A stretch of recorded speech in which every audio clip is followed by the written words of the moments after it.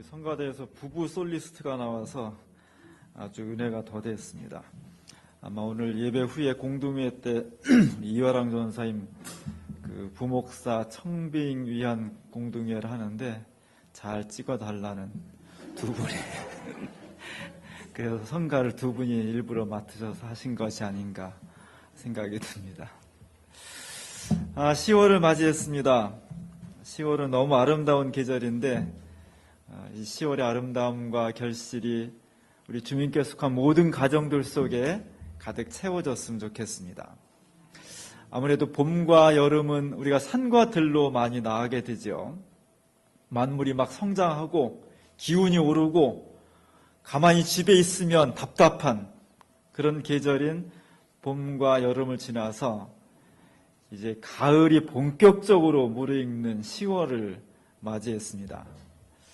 아무래도 10월과 가을은 봄, 여름이 외향의 계절이라면 가을은 내향적인 계절이라고 말할 수 있겠죠. 이렇게 차분하고 아름다운 계절, 그런 계절들이 되면 저는 김광석의 노래를 듣고 싶어집니다. 기타 하나 메고 역시 그의 노래 중에는 거리에서라는 노래가 제일 대표적인 노래라고 할 수 있겠죠. 그냥 일상적인 우리의 삶 속에 거리를 지나다니면서 느끼는 이 가을과 같은 이런 시기에 어떤 정서를 잘 대변해서 노래를 했습니다. 거리를 지나다니는데 가로등이 하나씩 꺼지고 붉은 해가 지는데 그냥 붉은 해가 아니고 검붉은 해니까 거의 뭐 밤이 이르는 그런 시간에 우리가 거리를 지나는 한 사람의 어떤 외로움, 자기 자신의 내면을 들여다보는 유리창에 비친 자신의 모습을 바라보면서 나는 누구일까? 난 어떻게 살아야 될까? 그런 것들을 그냥 모두가 스쳐가는 일상인데 역시 천부적인 감각을 가지고 노래에 담았습니다. 우리가 자신을 들여다본다는 것, 우리가 나 자신의 내면을 깊이 성찰할 수 있다는 것은 사람이 동물과 다른 가장 중요한 요소입니다. 만약에 사람이 자신의 내면을 성찰할 수 있는 그런 능력을 갖고 있지 않았다면 단지 똑똑하고 다른 짐승에 비해서 도구를 잘 다루는 그런 동물에 불과했다면 사람은 거룩하거나 존귀하지 않았을 겁니다. 그냥 똑똑한 짐승, 다른 동물과 달리 도구를 잘 다루는 존재, 이 정도밖에 되었지 않았겠죠. 그러나 우리가 정말 동물과 다른 점은 우리 자신을 깊이 성찰할 수 있다는 것이 너무나 소중한 요소가 되는 겁니다. 오늘 우리가 함께 읽는 본문에 보면 한마디로 말하시 오늘 본문은 베드로라는 한 사람이 예수 그리스도를 만나서 그를 주님으로 고백하고 내가 누구인지를 절실하게 알게 되었다는 것. 오늘 우리가 주부에 실은 이 그림은 지금부터 700년 전에 그린 그림이에요. 두치오라는 이탈리아 사람이 그린 그림인데 예수님의 제자들에게 물고기를 잡아오너라 해서 그물이 찢어지도록 물고기를 잡는 그런 장면을 화폭에다가 담았습니다. 오늘 본문의 핵심은 베드로라는 사람이 내가 이제 무엇을 위해서 살아야 되는지, 무엇을 위해서 죽을 수 있는지 그것을 발견했다는 거예요. 우리가 인생을 살아가면서 그냥 하루하루 살아가는 사람하고 내 목숨을 걸 정도의 무엇을 발견하면서 살아가는 사람하고는 삶의 모양이 똑같을 수가 없는 겁니다. 오늘 베드로의 모습은 내가 죽을 수 있는 것, 내 목숨을 걸 수 있는 것, 내가 살 의미가 무엇인지를 정확하게 무엇인지 그것을 발견했다는 것이 본문의 핵심 내용입니다. 고기를 많이 잡아온 베드로가 예수님을 만나서 한 고백은 사실은 상당히 뜻밖의 고백이었습니다. 예수님, 저는 죄인입니다. 밤새도록 고기를 잡으려고 했는데 못 잡았는데 예수님 말씀 듣고 고기를 잔뜩 잡아가지고 와서 예수님 앞에 무릎 꿇고 한 베드로의 고백이 뜻밖에도 예수님 저는 죄인입니다. 나를 떠나주십시오. 사실은 상당히 생소한 고백입니다. 기독교는 인간을 하나님 앞에서 죄인이라고 고백한다는 것이 기독교의 특수성이에요. 사실 이것이 아니었다면 수많은 사람들이 예수를 떠나지 않았을 겁니다. 서로 사랑하십시오. 정의를 행하십시오. 화평을 위해서 일하십시오. 겸손하십시오. 이런 이야기들은 너무너무 소중한 것이지만 크게 걸림돌이 되지 않아요. 그러나 예수를 믿는 순간 우리는 죄인입니다. 저는 정말 죽을 수밖에 없는 죄인입니다. 이 고백이 2000년 역사 동안에 수많은 사람들이 이 고백 때문에 걸려 넘어져서 예수를 떠났습니다. 내가 완벽한 사람은 아니지만 내가 왜 죄인이야? 내가 완벽한 도덕군주는 아니지만 그렇다고 내가 죄인이라고 그럴 정도는 아니지. 이것이 보통 사람들의 생각인 겁니다. 근데 오늘 예수님을 만난, 예수님이 누구인지를 정확하게 체험한 베드로의 입에서 나온 고백은 주님, 저는 죄인입니다. 나를 떠나십시오.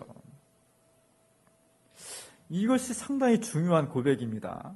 예수가 누구인지를 알고 그 예수라는 거울에 비추어서 인간 내가 누구인지를 안다는 것이 기독교 복음의 핵심이에요. 어떻게 우리는 예수를 알 수 있고 어떻게 우리는 그 예수님에 비추어서 내가 누구인지를 정확하게 알 수 있을까? 봄과 여름이라면 밖으로 막 나가는 계절이라 그렇게 쉽지 않은데 이 가을에 너무너무 아름답고 너무너무 우리 자신 속으로 들어가기 좋은 이 계절에 우린 정말 어떻게 예수님이 누구인지를 정확하게 알 수 있고 그 예수님을 통해서 내가 누구인지를 정확하게 알 수 있을까? 이것이 매우 중요한 관건이 되는 겁니다. 인간이 무엇을 인식한다는 것 너무너무 소중하죠. 1999년도에 아주 재미있는 영화가 하나 개봉됐습니다. 식스센스라는 영화가 개봉됐어요.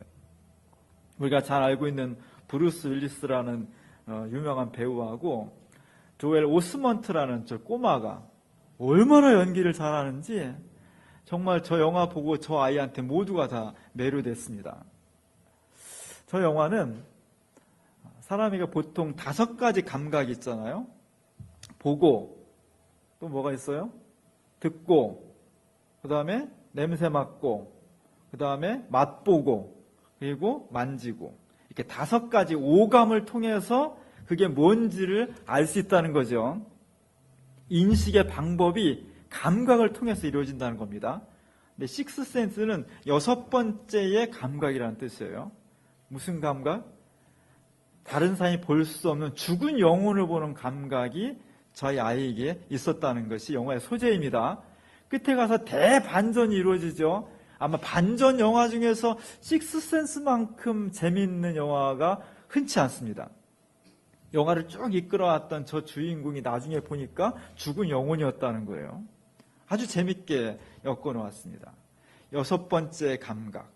우리가 보통 느끼고 알 수 있는 오감을 넘어선 새로운 감각이 있었다는 거죠. 우리가 뭔가를 인식한다는 것은 5가지 감각을 통해서 가능합니다. 근데 각각의 물체에 따라서 감각의 통로가 달라지는 거예요. 정인욱 집사님 제주도에 살았죠? 제주도의 특산물 중에 한라봉이 있어요. 한라봉. 너무 맛있습니다. 한라봉.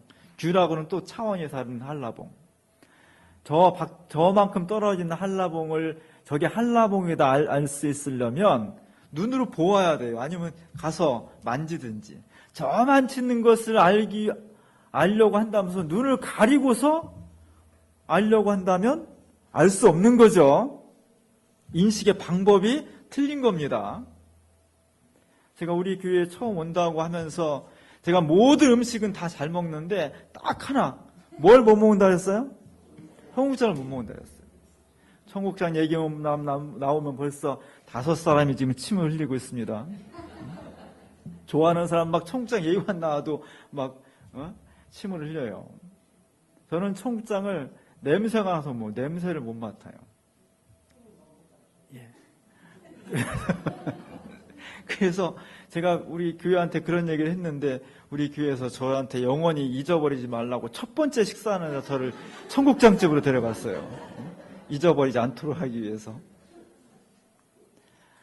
부엌에서 청국장을 맛있게 끓이는데 안방에서 부엌에서 뭘 음식을 하나 알 수 있으려면 코로 알 수 있어요. 코를 꽉 막고서 부엌에서 뭘 음식을 하나 이렇게 알려고 하면 인식의 방법이 틀린 겁니다. 우리는 각자 물체가 무엇이냐에 따라서 인식하는 방법을 5가지 방법 중에 찾아야 돼요. 미국 드라마, 미드라고 그러죠. 미드 중에 제일 유명한 드라마 중에 하나가 CSI입니다. CSI. 제리 브루크하이머라는 형제가 만든 이것이 여러 가지 버전으로 지금도 막 여러 가지 메탄이 지금 나오고 있어요. 굉장히 재밌습니다. 미국 사회는 참 범죄도 많고요. 참 신기한 범죄도 많고 그 범인을 찾아가는 방법도 정말 과학적이에요. 그래서 저기에 나오는 수사관, 과학 수사관들이 여러 가지 범죄 현장을 찾아서 증거를 찾고 그 증거를 분석해서 범인을 추적해가는 과정입니다. 우리나라 같으면 수사관들이 저렇게 고민 안 하죠. 요즘은 많이 나아졌습니다만 옛날에는 그냥 고문하면 돼. 그냥 고문하면 다 불게 돼 있어요. 그렇게 간단하게 수사를 했지만 요즘은 그렇게 잘 못하죠. 물론 지금도 국정원에서는 간첩을 조작하고 하지만 미국 사회에서는 철저히 증거에 의해서 범인을 찾아나갑니다. 증거를 수집해서 분석할 때 수사관들의 철칙이 있어요. 수사관의 그 삶이 거기에 개입되면 안 돼요. 그래서 저 사람이 지금 뭘 끼고 있습니까? 수사관이 비닐 고무장갑을 끼고 있어요. 내 손에 있는 땀, 체액, 내 관심, 내 편견, 내 주관 이런 것들이 증거에 개입되는 순간 그것은 증거 능력을 상실하는 거예요. 그래서 수사관은 철저히 제3 관찰자 입장이어야 돼. 철저히 실험자의 입장이어야 돼. 내가 거기에 직접 실존적으로 관여하는 순간 안 된다는 거예요. 인식할 수 없다는 거예요. 이것이 현대 사회의 모든 보편적인 인식의 방법입니다. 문제는 하나님도 그럼 그럴 거냐? 하나님도 저런 증거물처럼, 하나님도 저런 수사물처럼 그렇게 내 인격과 내 삶이 차단된 상태에서 객관적으로 보아야 하나님을 인식할 수 있는 거냐? 그렇지 않다는 데 문제가 있는 거예요.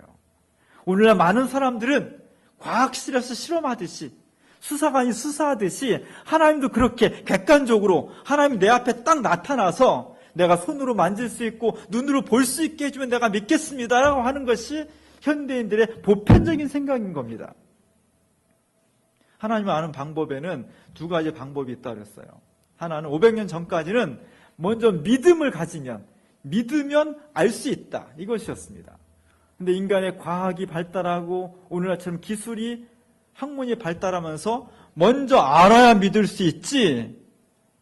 이런 주장이 나오는 거예요. 500년 전까지는 그래도 내가 믿어야 하나님을 알 수 있다는 것이 대사를 이루었는데 지금은 내가 알아야 믿을 수 있다는 것이 대사를 이루고 있는 겁니다. 제가 몇 번 보여드렸던 그림 중에 카라바조의 의심하는 도마라는 그림이 있어요. 예수님이 부활하셨습니다. 수많은 사람들이 제자들이 그걸 보았는데 마침 도마가 그 현장에 없어서 못 봤어요. 뒤늦게 온 도마에게 제자들이 야 예수님이 부활하셨어. 분명히 우리 눈으로 보았어. 그분을 살아나셨어. 야 어떻게 죽은 사람이 부활하니? 나는 예수님이 내 눈앞에 나타나서 내가 그 못자국에 그 창자국에 내 손을 직접 만져보지 않고 내가 믿을 수 없어. 2000년 전의 도마는 2000년 후의 현대인들의 정확한 초상이에요. 이것이 대세가 되고 있다는 겁니다. 그래서 오늘날 많은 사람들이 하나님을 알고 싶은데 우리의 오감을 가지고 보든지 아니면 냄새를 맡든지 뭐 만져보든지 그래야 믿을 수 있다는 것이 일반적이 되고 있다는 겁니다. 이것이 신앙의 위기예요.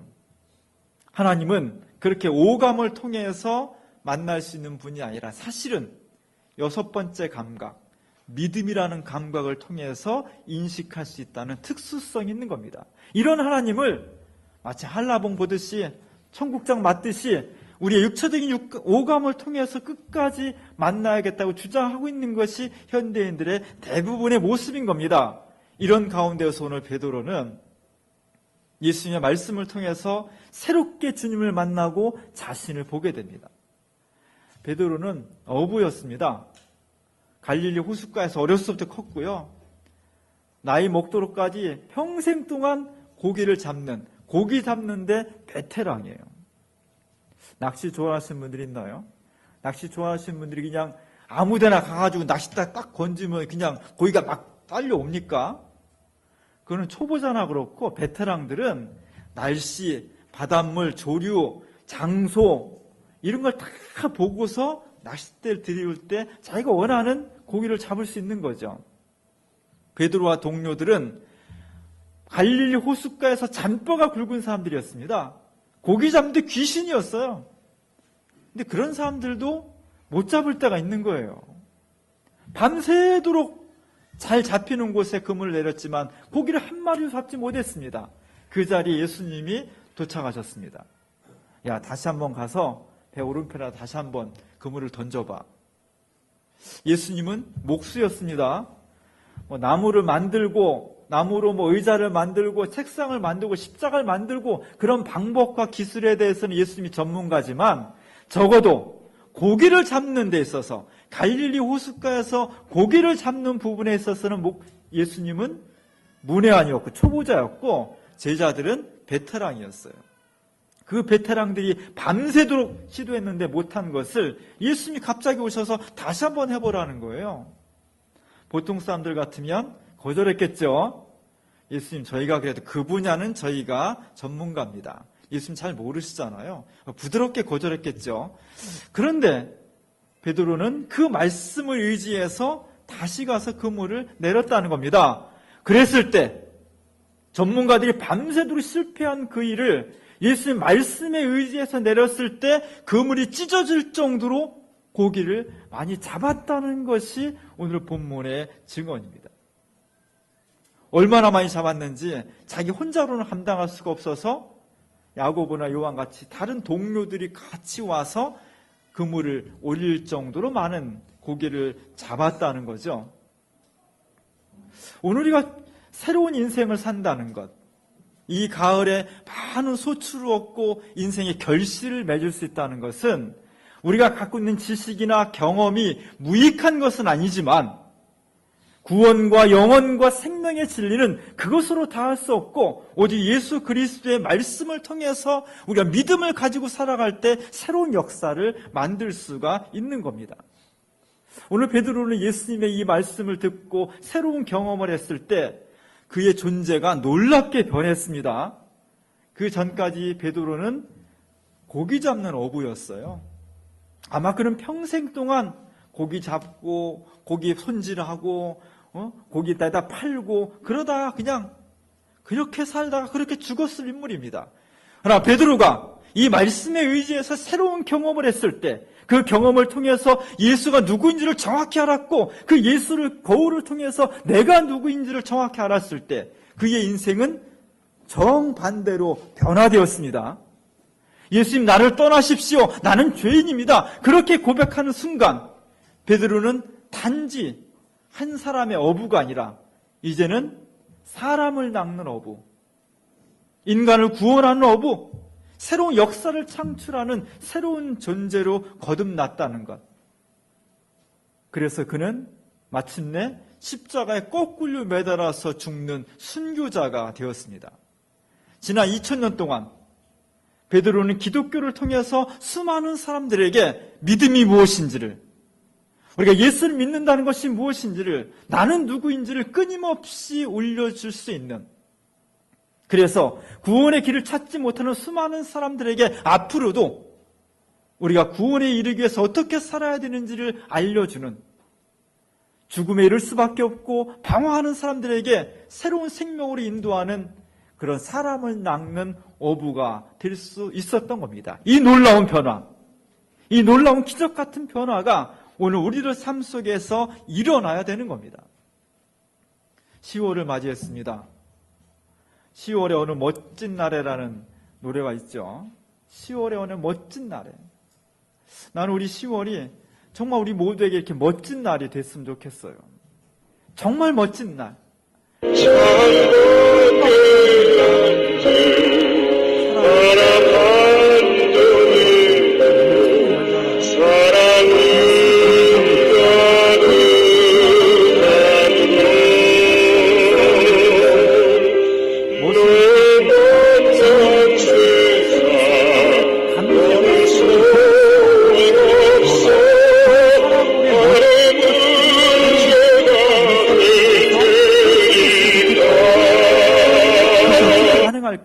정말 우리의 삶 속에 저렇게 멋진 10월이 펼쳐지기 위해서 우리는 뭘 하면 좋을까? 가을은 뭐니 해도 독서를 하기 좋은 계절이죠. 우리 내면을 향할 수 있고 책을 통해서 새로운 진리를 발견하기에 아주 적절한 계절입니다. 오늘 우리가 하나님 말씀을 통해서 그 말씀에 깊이 그물을 내려서 내 삶에 새로운 물고기를 건져 올리는 그런 날들이 되었으면 좋겠습니다.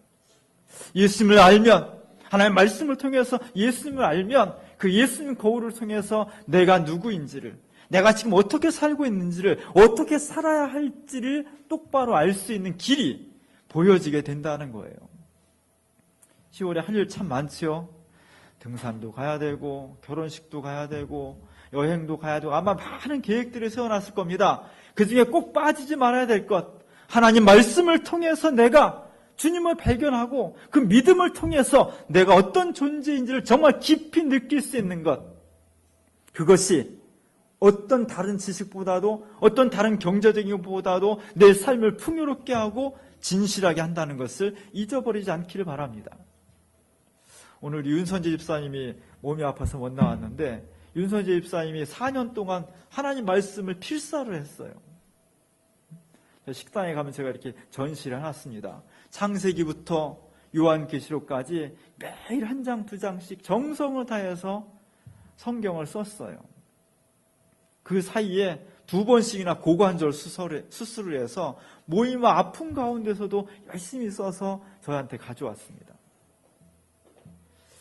그렇다고 여러분들이 다 성경을 써야 한다는 건 아니에요. 그렇다고 또 오늘 가자고 해서 창세기 1장 1절부터 태초에 이렇게 안 읽으셔도 돼요.